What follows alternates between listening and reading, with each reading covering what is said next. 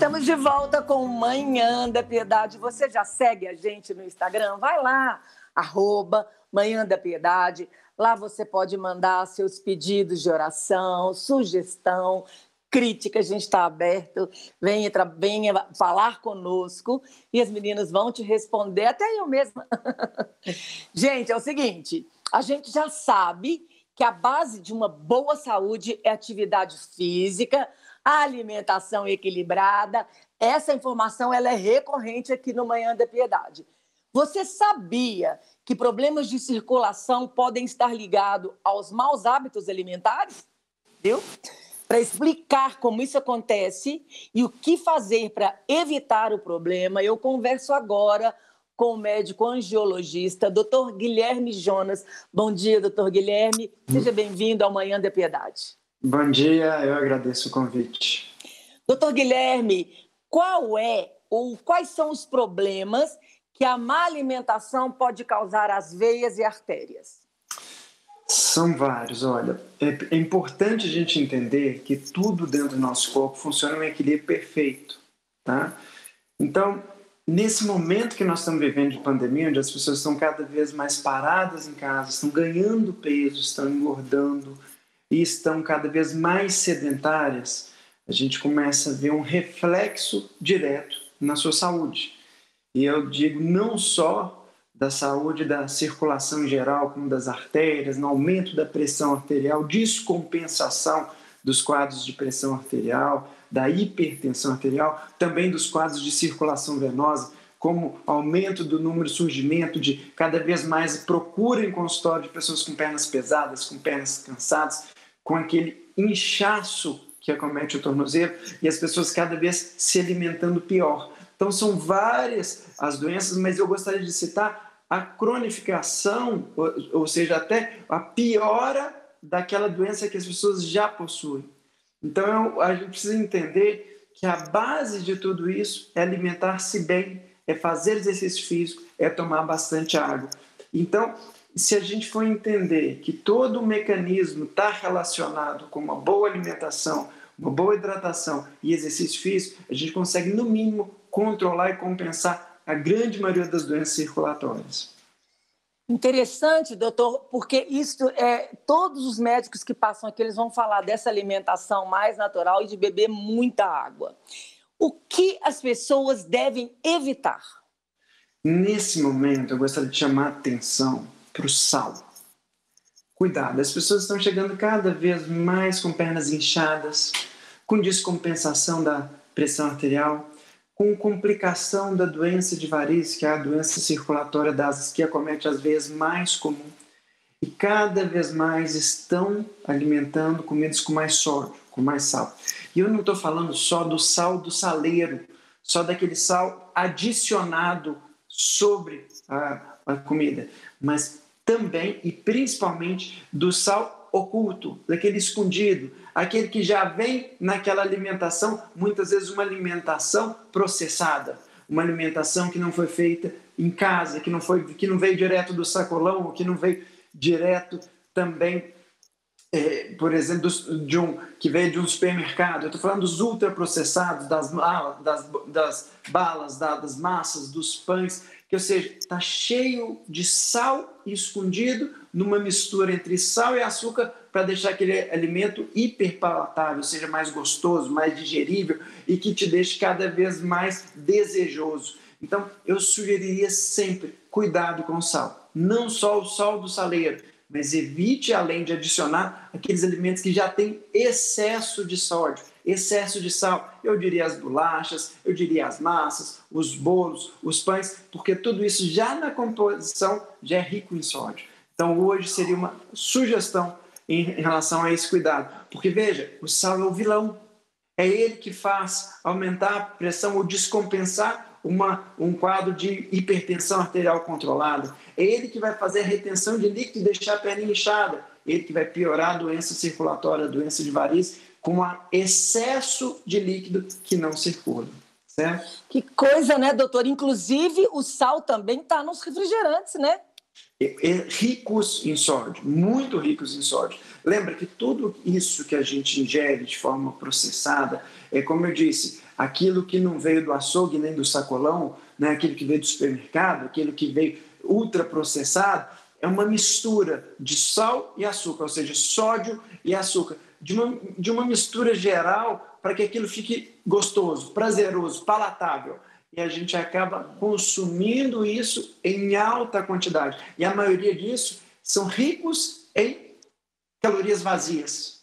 Ou seja, nós estamos nos nutrindo mal e nos entupindo de caloria. E além do excesso de líquido, ganho de peso.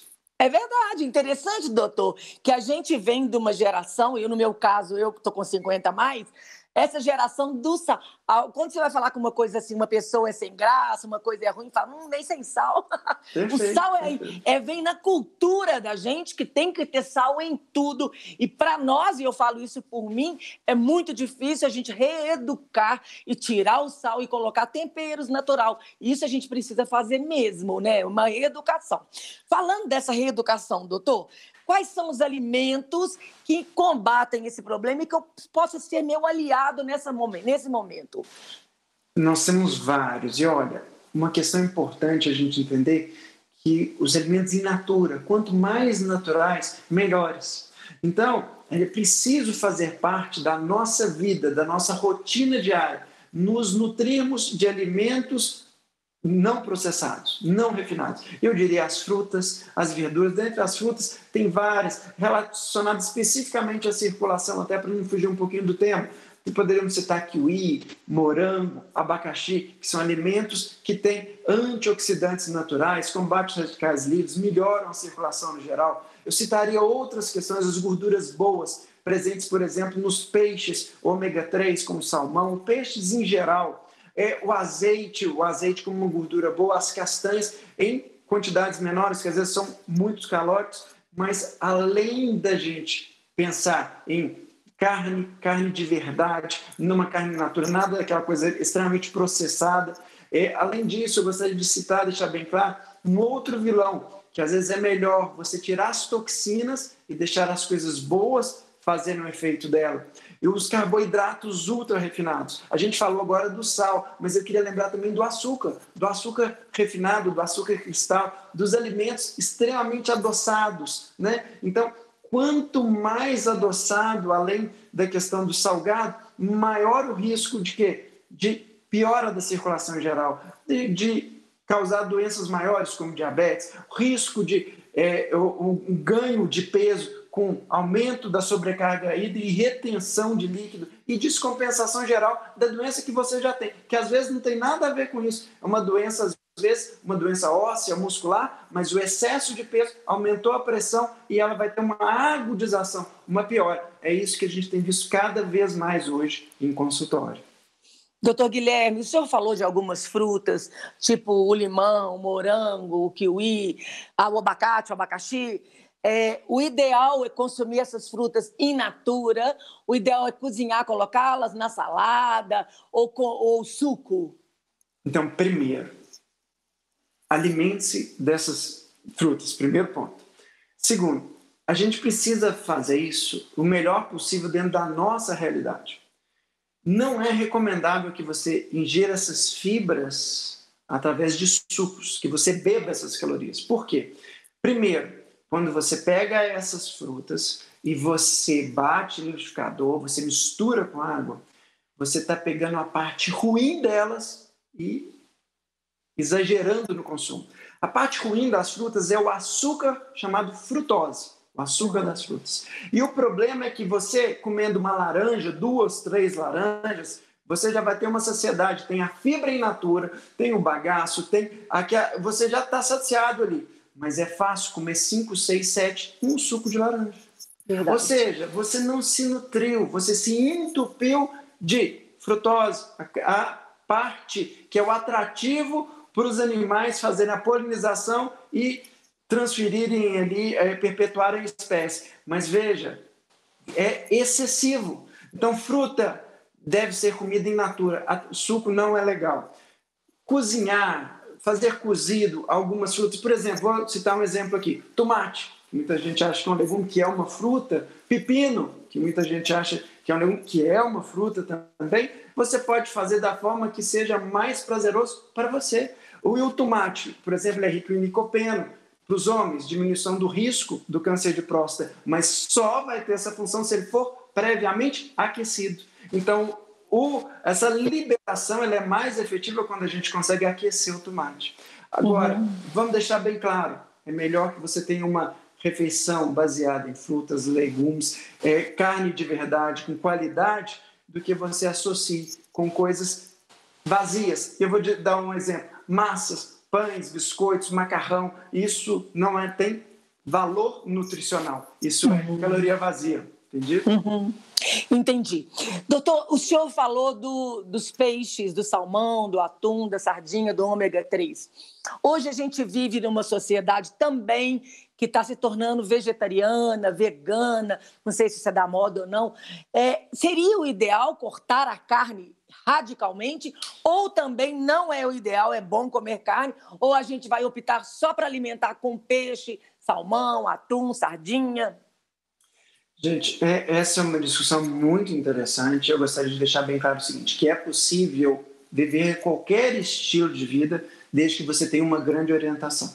Longe de dizer que a dieta vegana seja terrível ou que ela seja excelente, mas quem opta por fazer uma dieta, ou que hoje a descrição é dieta baseada em plantas, vamos dizer assim, que tenha, no mínimo, um acompanhamento médico, porque é uma dieta muito difícil e o que a gente sabe é que os nutrientes, principais macronutrientes como carboidratos, as proteínas e as gorduras, precisam ser ingeridos de uma forma de equilíbrio, nem de excesso de um, nem de carência de outro, porque isso simplesmente vai gerar compulsão. Olha, nós vamos cortar de vez o carboidrato da sua dieta. Eu não estou nem cheguei na proteína ainda. Vou cortar de vez o carboidrato.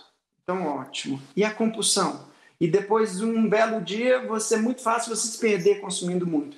Então, eu recomendo que, se for optar por esse tipo de dieta, que seja com supervisão médica. Mas eu acredito numa dieta com carne, sim, com carne de qualidade, em quantidades suficientes para a sociedade, mas sem excesso, sem exagero. O excesso de carne faz mais mal até do que a carência.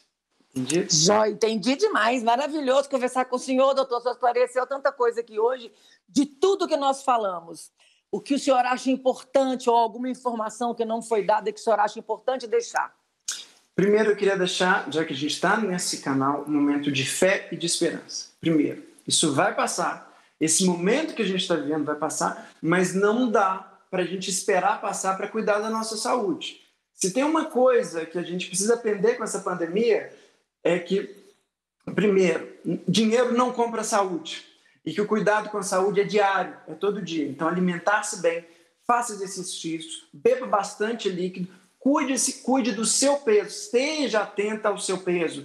E porque o envelhecimento ele é inevitável, mas nós precisamos envelhecer bem. E nós precisamos nos preparar, porque assim que tudo isso voltar, para a gente continuar bem e não esperar para cuidar da nossa saúde quando tudo isso passar. Essa seria a grande mensagem hoje que eu gostaria de deixar claro.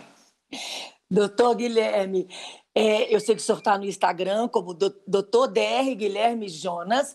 As pessoas que quiserem te procurar lá, tem todas as suas informações, lá tem o telefone do consultório. Perfeito. Dr. Guilherme Jonas, seja no Instagram, seja no Facebook, seja no YouTube, qualquer lugar, e pode mandar uma mensagem que às vezes o nosso tempo é curto, mas o que eu puder responder mesmo ali pessoalmente, através de uma mensagem, falar que vi que assistiu aqui no programa, eu terei um enorme prazer em ajudar, tá bom? Tá bom, doutor Guilherme, muito obrigada por o senhor ter parado o seu tempo, vir aqui conversar conosco, que Deus abençoe o seu trabalho e vai passar, que bom, que palavras de esperança e de fé. Eu que agradeço a oportunidade, fiquem todos com Deus e vamos continuar em oração.